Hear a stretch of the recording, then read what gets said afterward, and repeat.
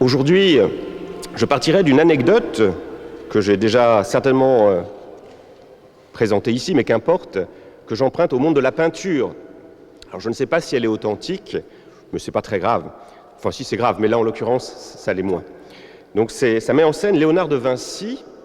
Léonard de Vinci est en train de réaliser cette magnifique représentation de la scène du Seigneur que l'on peut admirer dans le couvent des Dominicains de Milan. Il est en train de presque terminer son œuvre, mais ça prend beaucoup de temps. Et il y a quelque chose qu'il n'arrive pas à représenter, c'est le visage de Judas. Grand problème. Donc il essaye de multiplier les dessins pour représenter ce Judas, et rien n'y fait, il n'y parvient pas. Alors, il y a la pression du prieur qui voudrait bien avoir sa peinture, parce que le réfectoire n'est plus accessible, parce qu'il y a cet artiste qui est en train de travailler. C'est monumental, cette peinture. Je ne sais pas si vous l'avez à l'esprit. Et donc, Léonard de Vinci se dit, il me faut un modèle, et donc je prends la décision d'aller dans la taverne du coin le plus sordide de Milan, et là, j'en suis sûr, dans ce milieu qui respire le vice, je vais trouver l'homme qui me servira de modèle. Alors, il se rend dans le quartier le plus chaud, le plus dur de Milan, dans la taverne la plus mal fréquentée, et au fond de ce lieu, il repère dans l'obscurité un visage, et aussitôt, il se dit, voilà, j'ai trouvé mon Judas. Un visage qui respire le vice, à la mine patibulaire, qui inspire la défiance, qui inspire la peur. Donc il s'approche tout doucement de cet homme et il lui dit, voilà, je suis artiste peintre et je voudrais vous embaucher pour que vous puissiez me servir de modèle. Et là, l'homme regarde longuement Léonard. Au bout de quelques instants, il lui fait un magnifique sourire et il lui dit, mais Léonard, tu ne me reconnais pas ? Je t'ai servi de modèle il y a 2 ans pour représenter le Christ. Alors je commence mon propos par cette petite histoire que citait souvent le frère Bernard Brault, tout simplement parce qu'elle nous dit quelque chose de ce qui se passe dans notre page d'Évangile. Donc Jésus revient dans son village. Il y a peut-être aussi des vacanciers qui reviennent à Rennes, qui n'habitent pas en temps normal à Rennes. Eh bien c'est la même chose pour Jésus. Il revient à Nazareth, cette ville où il est né, cette ville où il a vécu pendant plus de 30 ans de manière cachée, comme d'abord jeune enfant, puis il a pris le métier de charpentier, métier qu'il a ensuite exercé avec son père Joseph. Donc il revient dans ce village, après avoir prêché, commencé à annoncer cette parole de Dieu, après avoir fait déjà beaucoup de miracles, donc il revient. Alors on peut se dire qu'il doit avoir une certaine joie de revenir dans cette ville, dans cette petite bourgade, retrouver tous les siens, et malheureusement ça ne va pas bien se passer. Pourquoi ? Tout simplement parce que la foule qui est là est incapable d'écouter Jésus. Pour la foule qui est là, c'est comme Léonard de Vinci, eh bien, elle a une idée préconçue de qui est Jésus, et donc elle est dans l'incapacité d'entendre cette parole qui est prononcée. Elle a une attitude complètement fermée, et pour elle, certes, Jésus a des paroles qui sont étonnantes, une certaine sagesse, mais pour eux, fondamentalement, qui est Jésus ? Je pourrais vous interroger, qui est Jésus pour les habitants de Nazareth ? Voilà, c'est le fils de Marie, c'est le fils de Joseph, c'est quelqu'un de chez nous. Donc ils n'ont plus cette capacité à s'étonner, cette capacité à s'émerveiller. Et je crois que c'est parfois, souvent, pour nous aussi le cas, face à cette parole de Dieu, voilà, ou face à beaucoup d'homélies que l'on doit souvent subir, on ne les écoute plus. Je vois déjà des scouts là, la moitié ne m'écoute plus, si ce n'est les 2 tiers.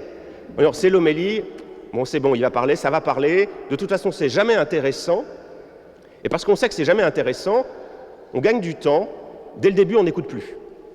On se met sur off, on va se réveiller, on se dit voilà, il y a le camp qui nous attend, ça va être fatigant, donc on va se faire un petit somme de 10 minutes, ou 15 minutes, ou 20 minutes si j'ai pas très bien travaillé.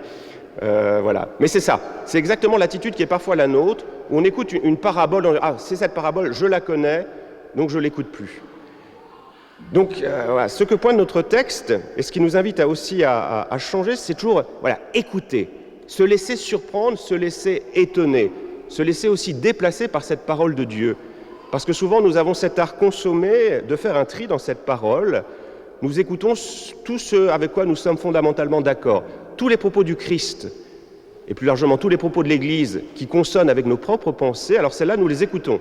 Mais dès qu'il y a une parole un petit peu déviante, une parole différente, eh bien là, on ne l'écoute plus. Et je crois que c'est vraiment dommage. Donc, accepter de se laisser déplacer par la parole. Ne pas ramener la parole à nous, comme nous le faisons très souvent, mais vraiment nous laisser déplacer pour écouter le Christ, pour écouter ce que dit l'Église. Quand le pape parle par exemple de la défense de la vie, eh bien écoutez. Quand le pape parle de l'accueil des migrants, eh bien écoutez.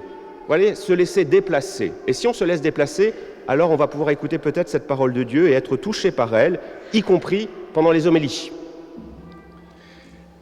Deuxième point, pourquoi ça ne se passe pas bien à Nazareth? Pourquoi la prédication à Nazareth, elle ne passe pas? Autre raison aussi possible, qui a des liens avec la deuxième lecture, on va l'expliquer, c'est que l'assemblée qui est là, elle sait que Jésus fait beaucoup de miracles. C'est un thaumaturge. Ça veut dire quoi, thaumaturge? Est-ce que vous le savez ce que c'est? Il fait des choses étonnantes. Et là, il prend la parole, et est-ce qu'il fait des choses étonnantes? Non. Il se contente de prêcher, il se contente de commenter cette parole que la foule de Nazareth connaît par cœur. Donc ils sont un peu déçus. Ils voulaient du merveilleux, ils voulaient de l'extraordinaire, et ils n'ont que des mots tout simples. Et ça, ils sont un peu déçus. Et c'est finalement exactement la même chose avec notre deuxième lettre aux Corinthiens. C'est la grande difficulté dans l'église de Corinthe. Quelle est la difficulté? C'est que ici ou là, se sont levés des prédicateurs charismatiques qui ont le feu et qui font des manifestations extraordinaires avec une multitude de guérisons, de telle sorte que les célébrations, les rencontres, ça devient du show, un show à l'américaine avant l'heure. Et là, on reproche à Paul d'être un peu terne. Paul, il est parfois un peu ennuyeux. Il y a une page célèbre des Actes des Apôtres où Paul prêche. Il y a Eutychès qui est assis au bord de la fenêtre. Et qu'est-ce qui se passe pour Eutychès, à votre avis, pendant que Paul prêche? Que fait Eutychès? Il s'endort. Il s'endort et il tombe de la fenêtre. Et Paul va devoir le guérir. En tout cas, voilà, on reproche à Paul précisément son manque de relief. Il ne fait pas de show. Il ne fait pas de choses miraculeuses. Il se contente de prêcher. Il se contente d'annoncer la parole. Et la réponse de Paul, je la trouve extraordinaire dans cette deuxième lecture. Qu'est-ce qu'il dit? Voilà, vous voulez du merveilleux, vous voulez de l'extraordinaire. Moi, je pourrais vous en proposer, parce que moi-même, j'ai vécu des choses extraordinaires, j'ai eu des expériences mystiques, mais Dieu m'a empêché, par cette écharpe dans la chair, de m'appuyer sur ce merveilleux, sur cet extraordinaire.